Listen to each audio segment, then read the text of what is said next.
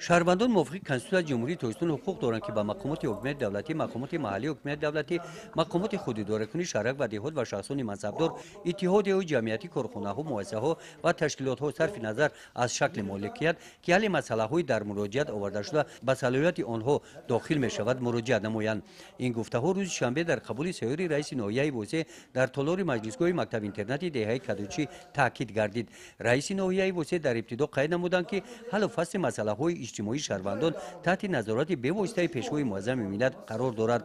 تاکید گردید که دولت به هر کس قطع نظر از ملت، نژاد، جنس، زبان، اعتقاد دینی، موقع سیاسی، تحصیلات، وضع اجتماعی و مال و ملکش حقوق آزادی ها را کفالت می‌دهد. در قبول سیار شهروندان اوید به کشاندن خط آب نوشاکی به دهه کدوچی، رسانیدن کمک مالیوی، گرفتن قطعه زمین نزد اولگی، کمک برای تعمیر و ازنوسازی بنای مکتب، تشکیل نمودن خواجگی‌های دهقانی، تازه کردن زبور و زکش‌ها مراجعت کردند. رئیس ناحیه واسه جمشید شریف زاده با مسئولین اداره‌های دولتی سپارش دادند که جهت رسیدگی به عرض و مراجعت شهروندان مساعدت نمایند. رئیس ناحیه بعد از شنیدن شهروندان اوید به وسعت کارهای آبادانی و خرمگردانی، بنیاد و ازنوسازی مؤسسه‌های تعلیمی، طبی و ورزشی، بلند برداشتن سطح و صفت تعلیم، خدمت رسانی‌های طبی، برای ماندن استحصال محصولات‌های وطنی در زمینه کارکرد محصولات کشاورزی، تحکیم کارهای ایدئولوژی، همکاری با بخش خصوصی برای حل مسائل اجتماعی مردم دستور و سپارش دادند.